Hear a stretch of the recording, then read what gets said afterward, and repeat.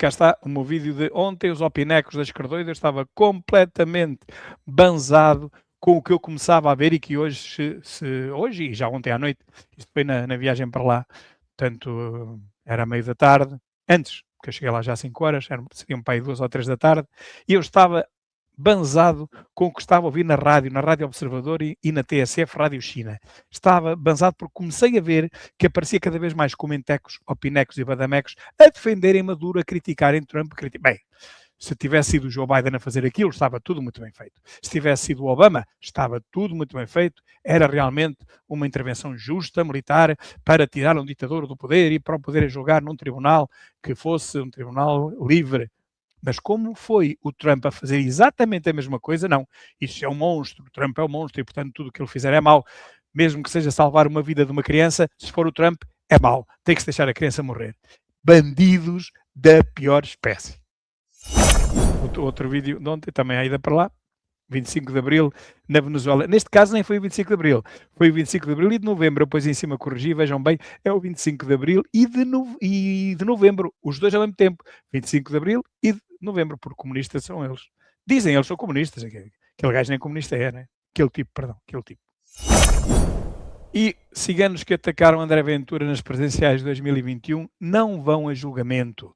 Ministério Público arquiva o inquérito. Atiraram-lhe com garrafas, atiraram-lhe com pedras. Eu estava lá e vi. Fizeram isso tudo e, de qualquer forma, o Ministério Público arquiva o inquérito. Espero que também não arquive o inquérito àquelas salvas de metralhadora que vimos na passagem de ano e que já identificaram 30 pessoas, mas ainda não detiveram nenhum.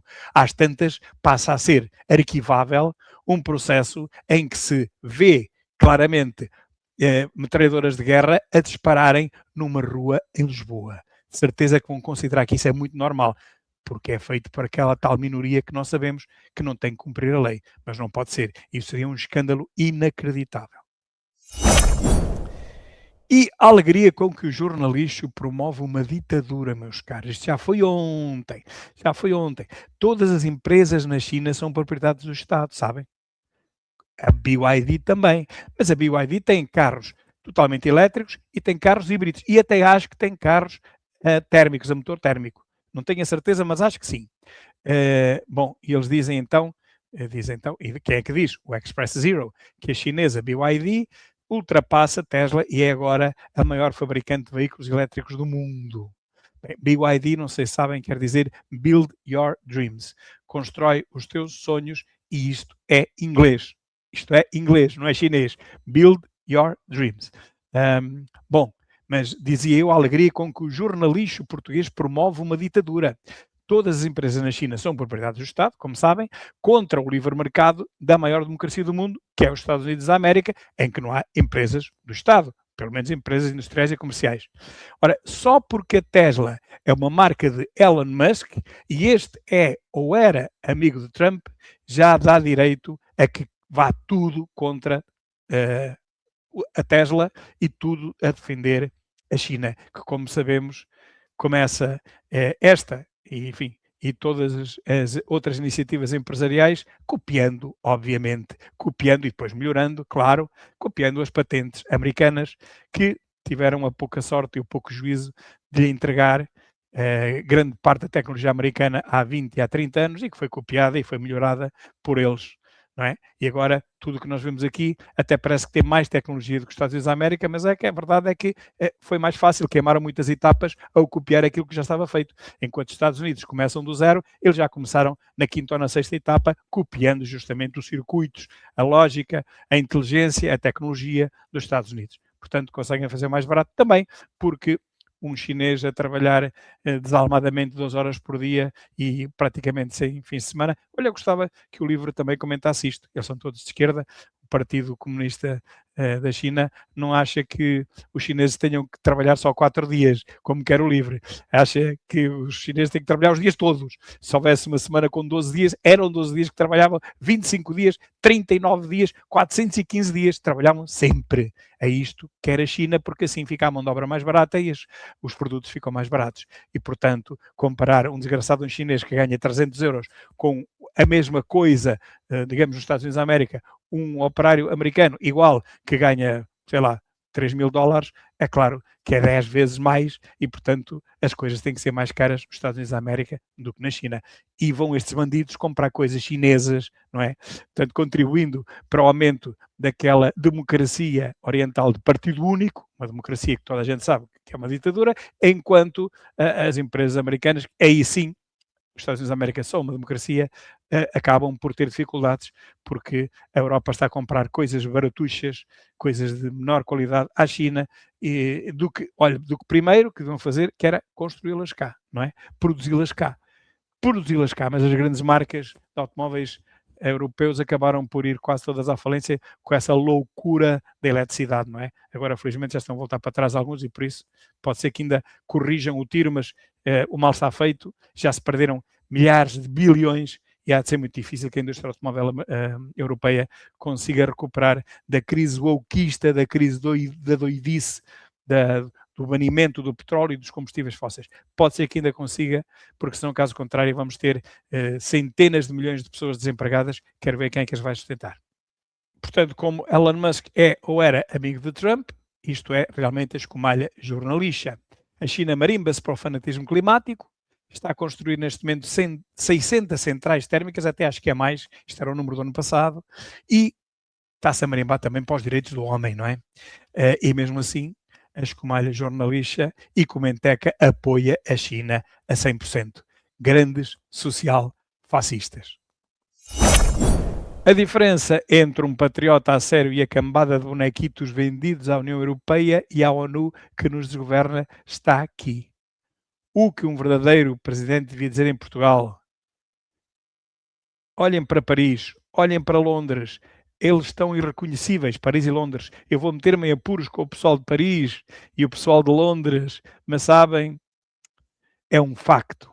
Eles estão irreconhecíveis. E nós não podemos permitir que aconteça o mesmo no nosso país. Nós temos uma cultura incrível, tradição, nada de errado com a cultura deles, com a tradição deles, mas não podemos deixar que isso aconteça. Eu não vou permitir que isso aconteça nos Estados Unidos. Está a falar sobre a descaracterização brutal do que está a acontecer na Europa e, nomeadamente, em Londres, em Bruxelas, na Bélgica, enfim, em quase todos os países, até na Suíça, em quase todos os países, se bem que na Suíça eles têm juízo e põem-nos à parte. Gostes ou não, isto é um verdadeiro presidente de um país que deve dizer isto que ele diz. Defender o seu país e defender o seu povo é isto que se pede. Não é bonequitos que andam a fazer os jogos, sabe-se lá de quem, nem eles sabem de quem. E um vídeo meu sobre a inacreditável estupidez do jornalismo atual. Vale a pena ouvir, penso eu, também é rápido. Fiz isso, penso que já foi há 2 dias. Há 2 dias, cá está. Há 2 dias. Antes de ir lá para baixo para o Algarve. Salário de Cristina Lagarde é 50 vezes superior ao divulgado pelo BCE. 50%. Superior ao divulgado pelo BCE. Meus caros, e o que eu chamo a atenção é para o seguinte.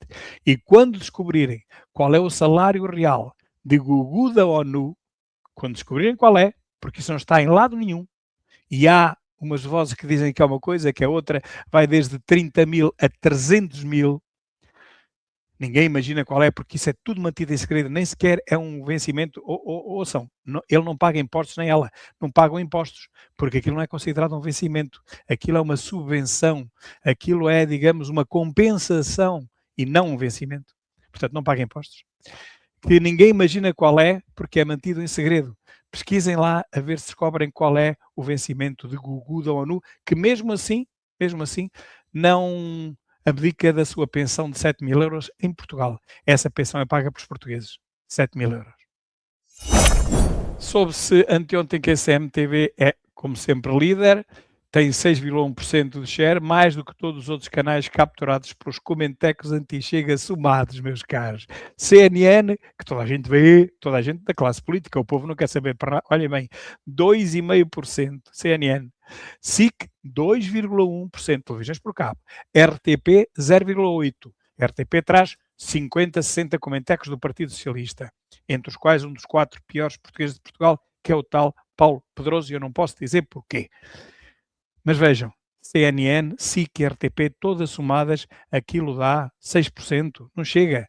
E a CMTV tem mais do que eles todos somados. E atenção que isto é só política. CNN, política anti-Trump e anti-Ventura. SIC, política ainda pior anti-Trump e pior anti-Ventura. E RTP, um bocadinho mais equilibrada, mas política do PS. E esses três têm menos somados do que a CMTV, que não se mete em política. Por que será? E o que acontece aos jornais que fazem propaganda anti-Chega? Esta é a minha pergunta.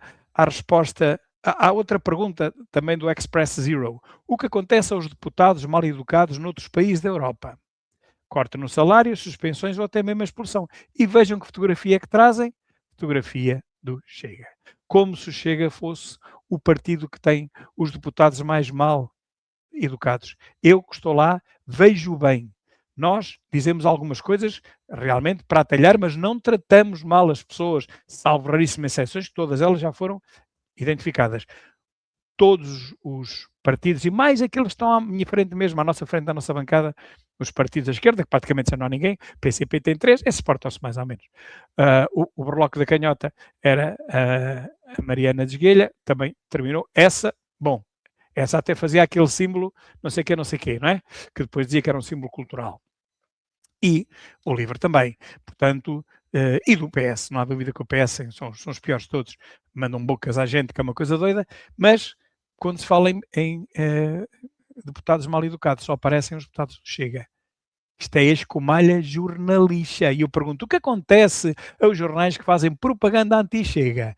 Vão à falência, têm ido todos um atrás do outro. É isso que eu espero e é isso que eu desejo para 2026. São os meus votos sinceros ao Express Zero e, enfim, à SIC Notícias e toda essa. Não posso dizer escumalha. Não posso dizer. Portugal registrou o número mais alto de homicídios desde 2018. A própria SIC Notícias, que eu não posso dizer como é que chama, a dizer isto. O presidente da política judiciária, aquele políticozito de meia tigela, disse várias vezes ao longo do ano que os crimes não aumentaram. E mais, e que os estrangeiros não cometem crimes. Portanto, por exclusão de partes, só os portugueses é que os cometem. Pois, meus caros, aqui está. O número mais alto de homicídios desde 2018, mais 20% do que o ano passado. E diz o presidente da política judiciária que não, isso é tudo mentira. Um dos 4 piores portugueses de Portugal, não é? Ferro apoia seguro, atrasado como sempre, atrasado em termos de tempo, não é? Foi o último a apoiar. E afirma que esquerda e democracia estão sob ameaça. Ameaça de quem? Do povo. Quem está a ameaçar a esquerda é o povo, porque vota à direita. Então tem que acabar com o povo, que aliás é o que se faz na Venezuela, o que se faz na China, a todos aqueles que votam contra a escumalha e a corrupção da esquerda, o que acontece? Pá, arranja-se maneira de se calarem, também não se pode deitar fora 2/3 dos portugueses, não é?